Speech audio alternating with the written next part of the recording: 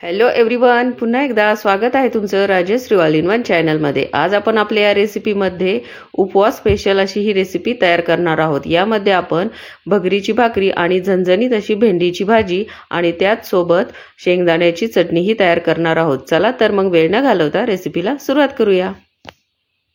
सर्वात अगोदर आपण भेंडीची भाजी बनवायला घेऊया। हे बघा, इथे मी भेंडी स्वच्छ अशी धुवून घेतलेली आहे, त्यानंतर पुसून या पद्धतीने बारीक चिरून घेतलेली आहे। आता आपण भेंडीची भाजी बनवूया।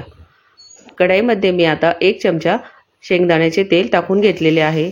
तेल गरम झाल्यानंतर त्यामध्ये जिरे आणि त्यानंतर चिरलेली भेंडी टाकून घेऊया आणि 2 ते 3 मिनिट या तेलामध्ये आपण ही भेंडी छान अशी फ्राय करून घेऊया।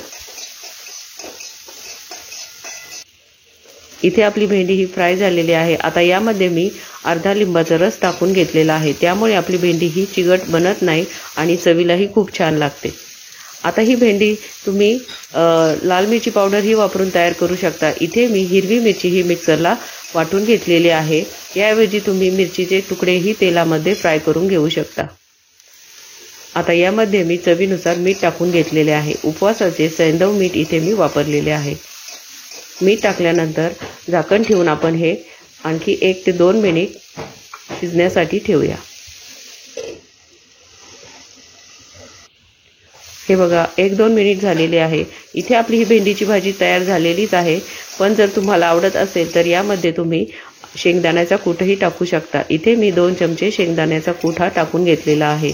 सुरुवातीला शेंगदाण्याचा कूट न टाकता नंतर टाकल्यामुळे भेंडी ही करताना जळत नाही आणि भाजी ही खूप छान लागते।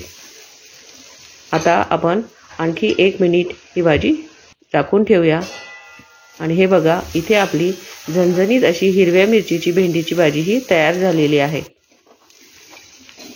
अशा प्रकारे उपवासाची भेंडीची भाजी तुम्ही नक्की तयार करून बघा, चवीला खूप छान लागते। ही तुम्ही शेंगदाण्याचे तेल किंवा तुपामध्येही तयार करू शकता। आता यानंतर आपण शेंगदाण्याची चटणी तयार करूया। इथे चटणी बनवण्यासाठी मी शेंगदाणे, लाल मिरची पावडर आणि मीठ वापरलेले आहे। मिक्सरला सुरुवातीला आपण हे हलकेसे बारीक वाटून घेऊया आणि यानंतर यामध्ये 1 चमचा तेल टाकूया आणि हे तेल या चटणीमध्ये छान असे मिक्स करून घेऊया आणि पुन्हा एकदा मिक्सरलाही वाटून घेऊया। हे बघा, इथे आपली स्वादिष्ट अशी उपवासाची चटणी ही तयार झालेली आहे। ही तुम्ही भगरीचे धिरडे किंवा राजगिरा यापासून तयार केलेला पराठा यासोबतही खाऊ शकता, चवीला खूप छान लागते। आता यानंतर आपण भगरीची भाकरी तयार करायला घेऊया। भाकरीचे पीठ मळण्यासाठी इथे मी कोमट पाणी घेतलेले आहे आणि त्यामध्ये थोडेसे मीठही टाकून घेतलेले आहे, त्यामुळे भाकरी ही चवीला खूप छान लागते। भाकरी बनवण्यासाठी इथे मी फक्त भगरीचेच पीठ वापरलेले आहे। यामध्ये इतर कोणतेही पीठ मी मिक्स केलेले नाहीये। तुम्ही भगरीच्या पिठामध्ये साबुदाण्याचे, राजगिऱ्याचे आणि शिंगाड्याचे पीठ मिक्स करूनही मिक्स पिठाची भाकर ही तयार करू शकता।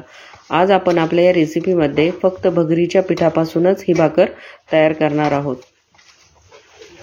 ही भाकर अगदी कुरकुरीत आणि चवीला खूप छान अशी लागते। तुम्हाला जर खूप नरम अशी भाकर हवी असेल तर भगरीच्या 1 वाटी पिठामध्ये पाव वाटी साबुदाणा पीठ तुम्ही मिक्स करून ही भाकर तयार करू शकता। हे बघा, ज्वारीचे पीठ ज्याप्रमाणे आपण छान असे मळून घेतो आणि एकजीव करून घेतो, त्याच प्रकारे आपल्याला हे पीठ छान असे एकजीव करून घ्यायचे आहे, जेणेकरून आपली भाकरी ही तुटणार नाही आणि कोमट पाण्यात मळल्यामुळे ही भाकरी अजिबात तुटत नाही। आता आपण ही भाकरी थापून घेऊया।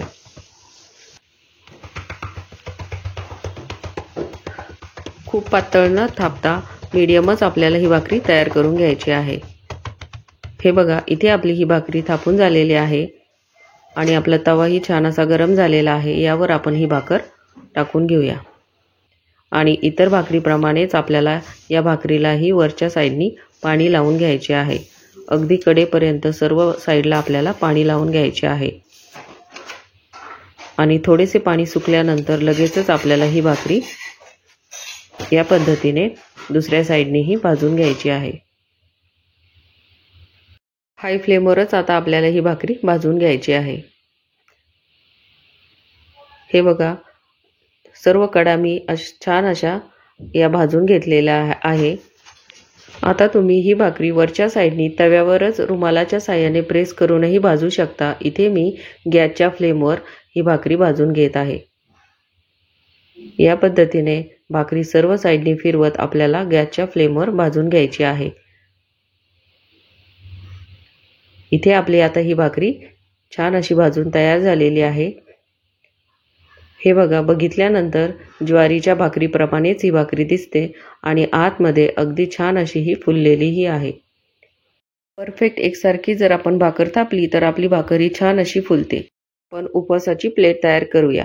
स्वादिष्ट कुरकुरीत अशी भगरीची भाकर, शेंगदाण्याची झणझणीत चटणी, त्यावर थोडेसे तेल, त्यानंतर हिरवीगार झणझणीत हिरव्या मिरचीची भेंडी आणि त्यासोबत खाण्यासाठी कुरकुरीत असे वेपर्स.